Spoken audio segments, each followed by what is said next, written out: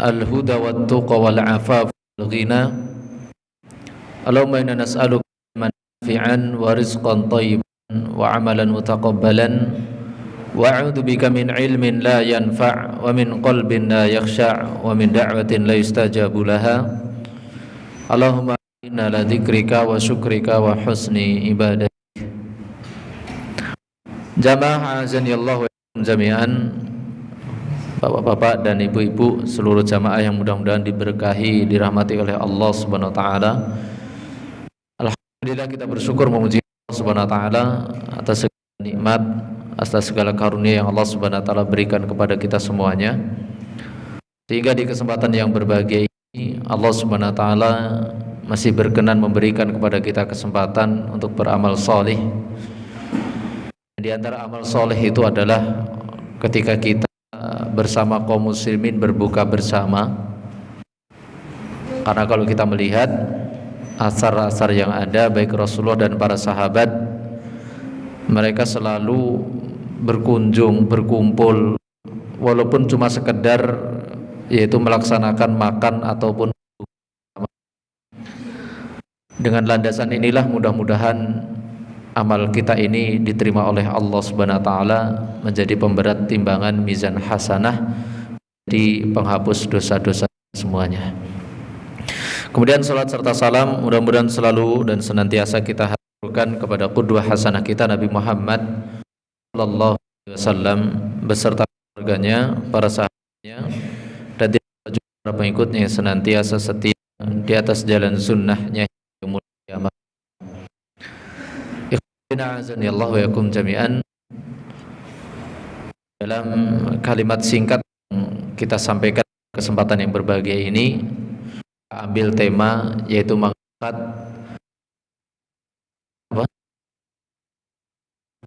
yaitu kemungkaran.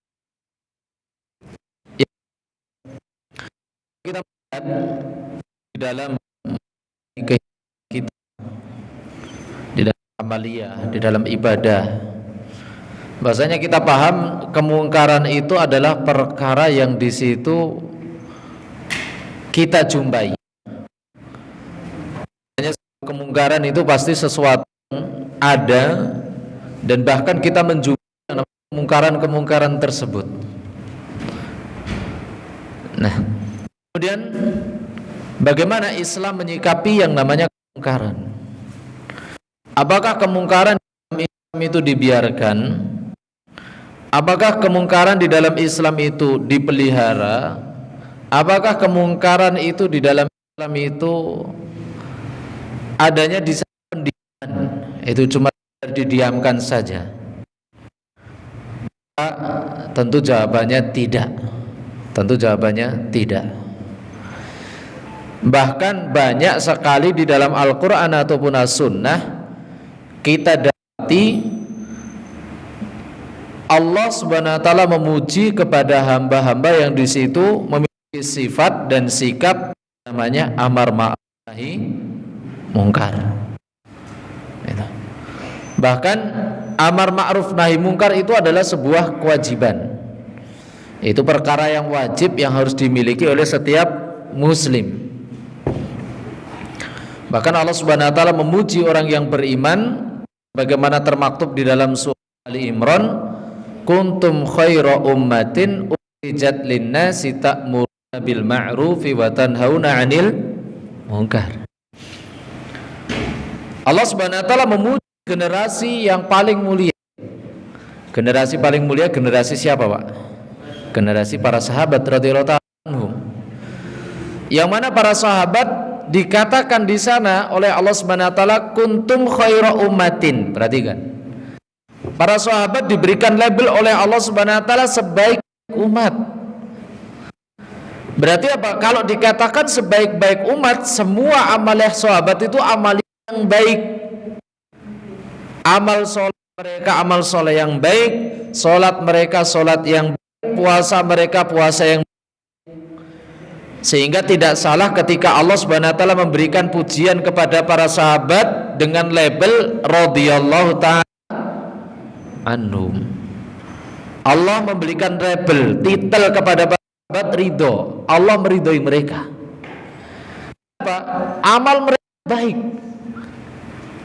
Nah, di antara sifat para sahabat kenapa dikatakan mereka orang baik, ternyata ada pada kalimat setelahnya, yaitu nasi ta'muruna bil ma'rufi wa tanhauna 'anil munkar.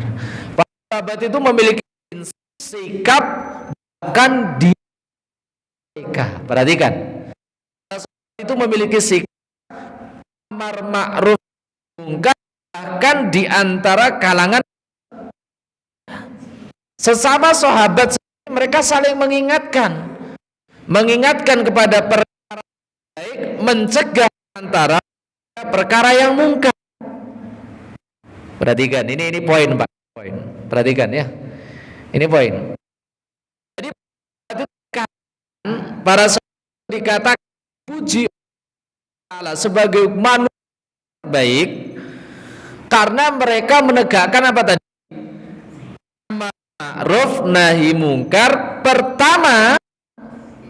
Pertama dimulai daripada diri mereka sendiri. Itu yang pertama.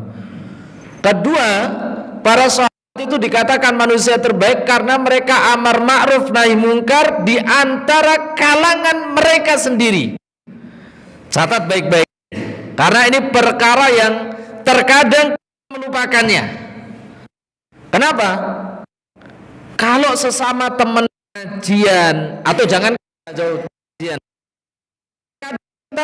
istri sama berat atau menegakkan amar ma'ruf nahi mungkar? Berat. Nah, kenapa para sahabat itu dikatakan kuntum khaira ummatin, sebaik-baik manusia? Karena mereka menegakkan ma'ruf nahi mungkar itu secara totalitas. Pertama dimulai mereka sendiri, keluarga sendiri, kemudian antar teman, antar sesama. Nah ini loh Pak, kenapa dikatakan ini orang yang terbaik, yaitu menegakkan amar ma'ruf. Prinsip amar ma'ruf nahi mungkar pertama mulai dari diri mereka, kemudian keluarga mereka, kemudian apa? Pada sesama, baru ke tempat yang lain. Nah, terkadang jadi pengingat kita, termasuk saya pribadi, terkadang kita giliran amar ma'ruf nahi mungkar kepada orang lain itu di luar ini kita, kelompok kita, di luar pengajian kita, atau bahkan kepada orang kufar, atau bahkan kepada orang jauh, keras. Iya atau tidak? Tapi giliran sama anaknya, istrinya, keluarganya sendiri zong. Kalau menyampaikan ngaji mah suruh ngaji, orang tuanya suruh ngaji, tetangganya suruh ngaji, istrimu ngaji enggak? Susah ya diajak. Kemudian anakmu ngaji enggak? Ajari ngaji enggak? Anak saya tuh masih susah, mainannya HP terus. Nah, makanya Pak, lihat. Kalau kita melihat Rasul sallallahu alaihi wasallam sebelum diperintah dakwah keluar oleh Allah Subhanahu wa taala dengan turun ayat ya ayyuhal mudatsir qum fa'andzir wa siyabaka fakabbir wa siyabaka fatahhir wa rabbaka fakabbir, terusnya Rasul sallallahu alaihi wasallam diperintahkan dakwah itu apa? Ibda binafsik. Kemudian Allah Subhanahu wa taala memerintahkan kepada Rasul dengan turun ayat di dalam surat Asy-Syu'ara wa anzir ashiratakal aqrabin. Lihat, Rasul diperintahkan beri peringatan itu, ingatkan kemungkaran itu. Siapa? Ashiratakal aqrabin. Keluargamu yang paling dekat. Kenapa? Muhammad, kalau kamu itu sudah berhasil mendakwai keluarga, niscaya kamu akan lebih mudah mendakwai orang lain. Kenapa? Paling sulit keluarga kita, diri itu mengendalikan yang namanya perasaan hawa nafsu. Apa bentuk hawa nafsunya? Ada perasaan enak. Sama keluarga kan seperti itu kan, kalau dakwah enak Ustaz. Biarin istri saya capek, biarin nyari hiburan, nonton sinetron. Saya tarawih nggak apa-apa. Alhamdulillah. Nggak apa-apa saya tarawih, saya ngaji nggak apa-apa. Istri saya kan capek dari pagi malam ngurus anak, kemudian ngurus saya, bersih-bersih rumah, nggak apa-apa, biarin. Nonton sinetron lagi rapopo tos. Ya nggak apa-apa, ngrungokne cari dilit. Alhamdulillah. Nah ini bahaya. Allah Subhanahu wa taala memerintahkan tanggungan pertama kali yang ditanggung oleh seorang laki siapa? Yang jadi tanggungan pertama kali seorang lelaki itu siapa? Keluarga. Qu anfusakum wa ahlikum. Penting ini Pak. Ayo. Istrinya pada diajak pengajian tadi. Ngajak cuma satu ya. Iya. Istrinya siapa? Berapa? 2. Saya bilang.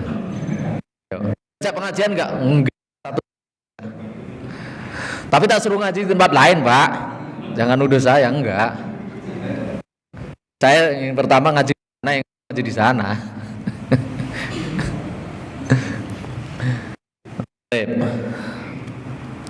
Kan Pak ini. Yaitu yang pertama pada. Jadi para sahabat radhiyallahu taala anhum dikatakan manusia terbaik, puji oleh Allah Subhanahu wa taala karena punya prinsip apa tadi intinya? Amar ma'ruf nahi mungkar.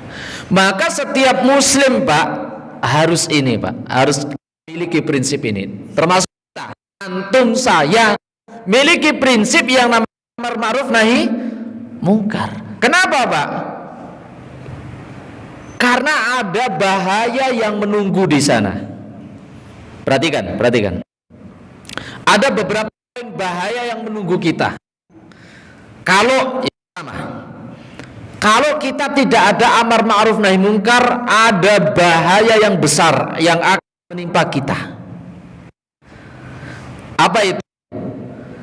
Kalau kita mendiamkan sebuah kemaksiatan, kemudian diam kita itu tidak ada pengingkaran, maka kita mendapatkan dosa yang sama walaupun kita tidak mengamalkan dosa tersebut.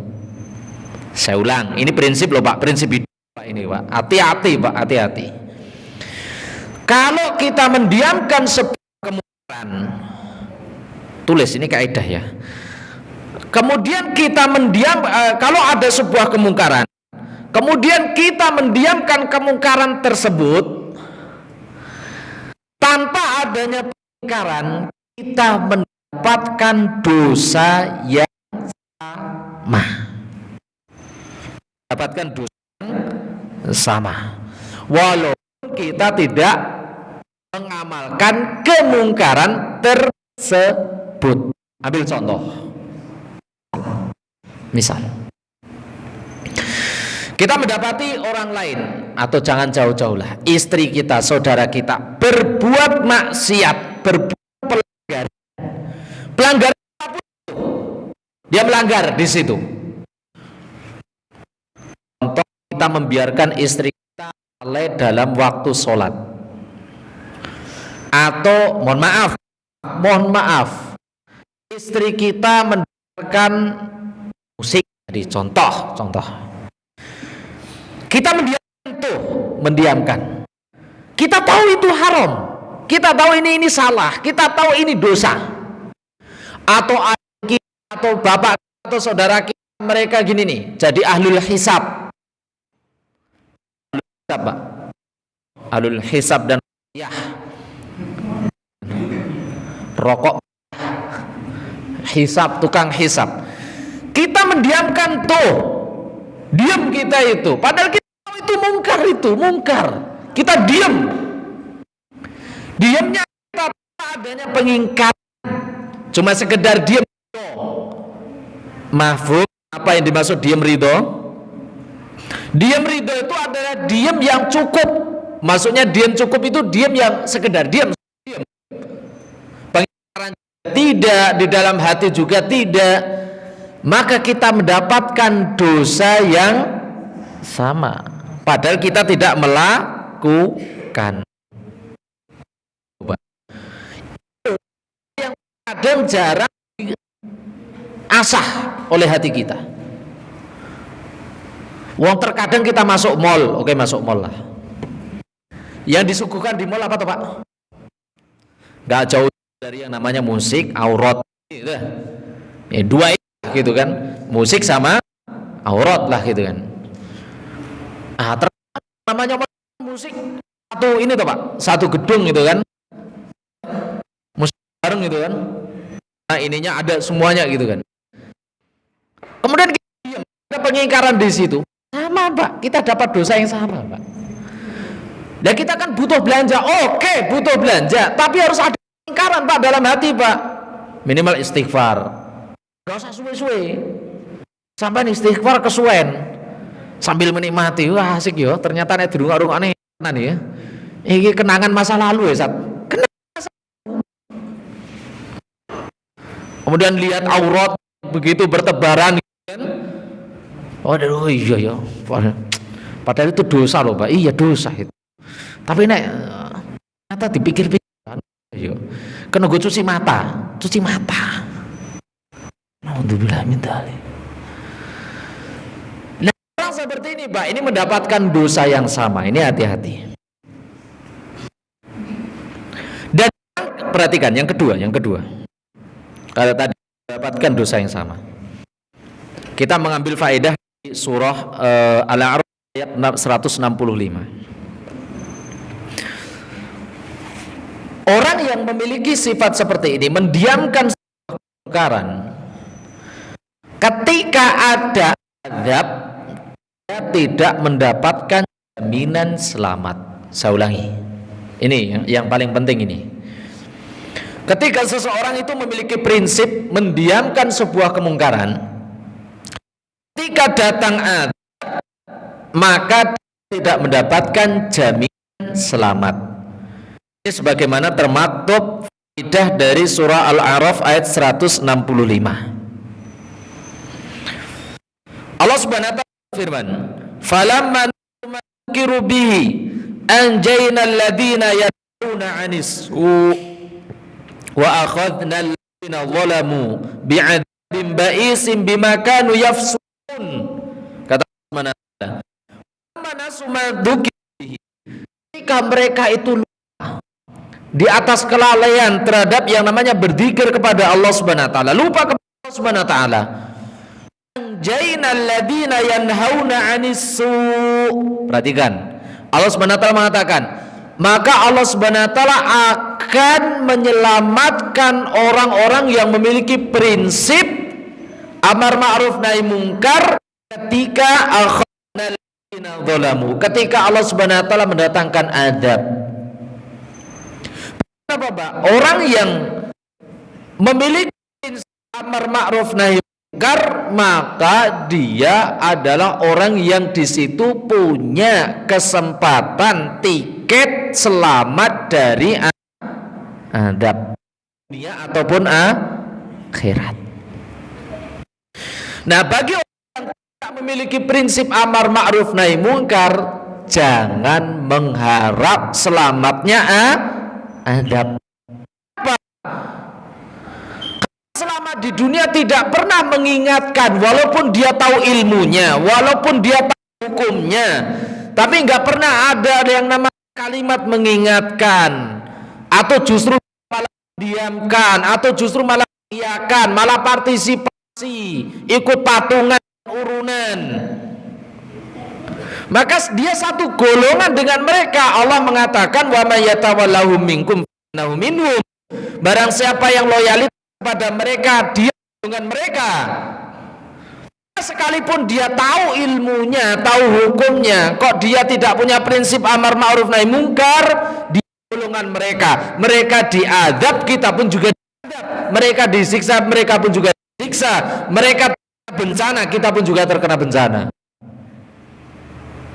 Nah, maka di antara prinsip agar kita selamat dari bencana, miliki prinsip ma'ruf nahi mungkar gitu loh Pak. Dimanapun itu Pak, dimanapun itu, mau kita di bis ada kemungkaran, atau pengamen lah, aurat lah, dan bla bla bla bla, disitulah harus ada kemungkaran. Nah, kemudian bagaimana tingkatan kemungkaran itu? Baik, ini yang kita bahas. Poin selanjutnya. Bagaimana tingkatan menyingkirkan kemungkaran itu? Maka Rasulullah SAW bersabda melalui hadis dari Abu Sa'id Al-Khudri radhiyallahu anhu, melalui hadis yang diriwayatkan oleh Al-Imam Muslim.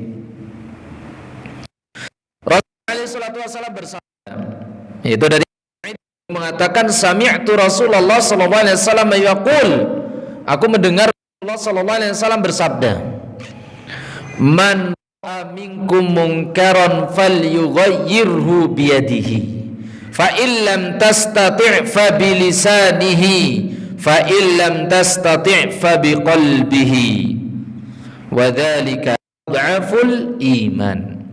Kata Nabi alaihi salatu wasallam, barang siapa yang melihat sebuah kemungkaran, melihat kemungkaran apapun, dan kita perhatikan toh Pak, kita itu coba pandangan mana kita yang tidak melihat kemungkaran.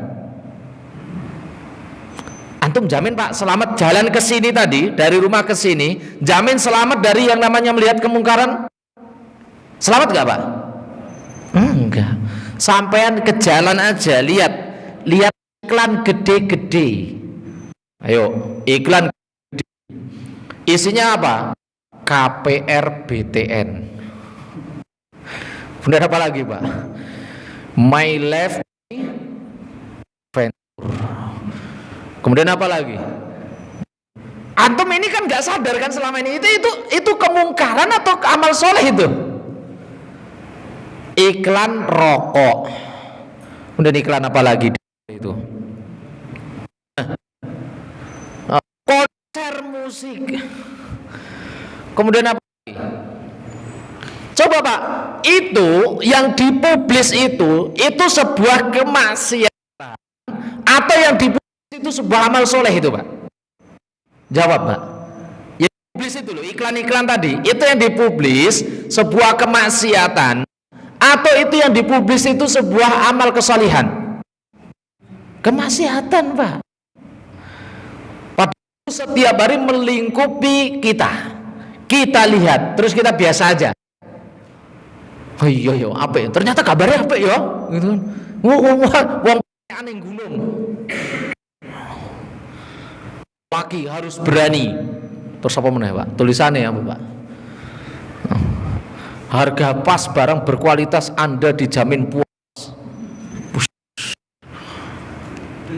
Kabarnya rokok. Itu kan sebuah kemungkaran, Pak. Yang selama ini kita tidak sadar. Kenapa kok kita tidak sadar? Karena itu sudah menjadi kebiasaan kemaksiatan. Kalau dibiasakan nanti Pak, lama-lama itu nggak kerasa kalau itu sebuah kemaksiatan. Contoh riba sudah mulai nggak kerasa. Kenapa? Wong bahasanya sudah berubah jadi bunga. Lah bunga itu boleh indah. Padahal itu kemungkaran semungkar-mungkar. Maka kata Rasulullah SAW, kalau kamu melihat, jadi kemungkaran itu bukan sekedar gini loh Pak, kita melihat istri bersalah, ketika kita melihat teman kita mabuk-mabukan, ketika teman kita itu rokokan, ketika teman kita judi, tetangga kita itu gaple, bukan cuma sekedar itu, enggak. Tapi seperti itu tadi itu sudah sudah dikatakan, kategorikan sebuah kemungkaran. Gitu loh Pak. Maka kata Rasulullah SAW, agar kamu itu terhindar dari dosa, maka kata Rasulullah SAW, ubah kemungkaran itu. Rasulullah menggunakan kata fa di sini lil amr, rubah. Falyughayyirhu biyadihi, rubah dengan tanganmu. Maksudnya apa? Kekuasaanmu. Kamu punya kewenangan, kamu punya otoritas, kamu punya kekuasaan, rubah. Ketika dirimu memiliki kekuasaan, baik itu ruang lingkup kekuasaan di keluarga, RT, RW, kecamatan, apapun itu, ada kemaksiatan, rubah. Itu loh. Jangan didiamkan. Termasuk kita di keluarga, kita pemegang kekuasaan di rumah. Ada kemaksiatan, ada kemungkaran dalam rumah, rubah.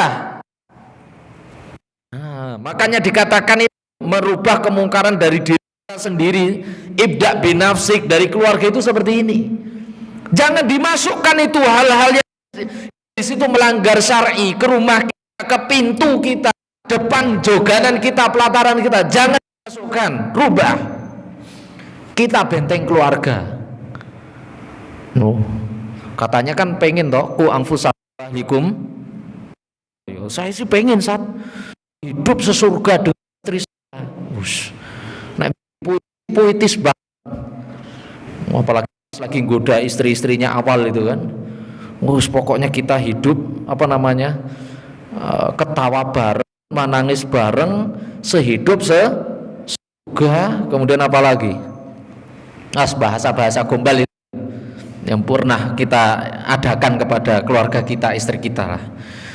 Tapi giliran sudah lama terkikis dengan waktu dan sebagainya, terjadi pembiaran tadi, istri kita melanggar, istri kita lalai sholat, anak kita lalai sholat, diemin, capek alasan ini. Maka Rasulullah perhatikan, Pak, dengan tanganmu, dengan kekuasaan, kewenanganmu apa? Demikian juga ketika kita punya kewenangan di tempat kerja kita di kantor, kita sebagai pemimpin kebijakan, punya kebijakan, lihat ada kemungkaran apa di situ, rubah selagi kita mampu. Nah, pertama dengan apa tadi? Kekuasaan. Yang kedua, kata Rasulullah SAW, dirimu nggak punya kemampuan dalam kekuasaan, maka Rasulullah SAW falyughayyir bilisanihi, yaitu dengan hujah, nasihat, sampaikan lisan. Nah, di tempat kita nggak bisa, ya sudah, yang lain. Mungkin hari ini kita nggak bisa ngerusak itu nurunin baliho, berisikan kemaksiatan, sebagainya. Mungkin kita nggak bisa, karena kita nggak punya kekuasaan. Yang kedua masih ada apa? Nasihat yang lain. Ini sebuah kemungkaran. Aurat dosa, membiarkan riba dosa, beri kasih yang lain. Nah, jangan dibiarkan orang lain tenggelam di atas kemaksiatan sedangkan kita tahu hukum. Ingat, mendiam sebuah kemaksiatan sama halnya kita mendapatkan dosa yang sama. Tadi di awal, prinsip awal saya sampaikan. Nah, itu yang kedua. Yang ketiga, kata Rasulullah SAW, fa illam tati'fa biqalbihi. Nek kamu itu secara kekuasaan enggak mampu, otoritas enggak mampu, pengen berhujah, berdalil, nasihati juga enggak bisa, kamu belum punya ilmunya, sekedar tahu itu hukumnya terlarang, maka yang tidak dan semua orang mencari kemungkaran dari dalam hati. Tapi ini catatan ini adalah dalam kondisi selemah-lemahnya iman. Tapi nggak boleh terlepas, Pak. Jangan sampai jebol. Hati jebol itu dalam artian kita mendiamkan tanpa pengingkaran. Kalau kita pengen mendiamkan harus ada kemungkaran di situ. Astagfirullah, ini salah. Minimal kalau kita itu ada kemungkaran dalam hati, minimal kita bisa nyingkir. Minimal kita minggir. Kalau kita nggak bisa maju, bisa nyeleweng, minggir, yang di situ aman. Contoh ke Solo Baru, bukan mana di daerah situ pertunjukannya apa? Dangdutan, ceweknya seksi.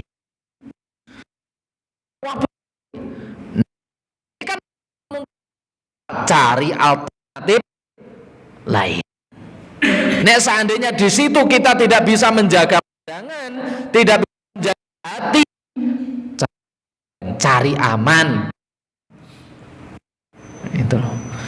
Nah, kita ngerubah, bubarin kan belum bisa, nggak bisa. Nasihatin langsung juga mungkin nggak berani, maka minggir. Nah, ini Pak. Berapa menit lagi Pak Bambang?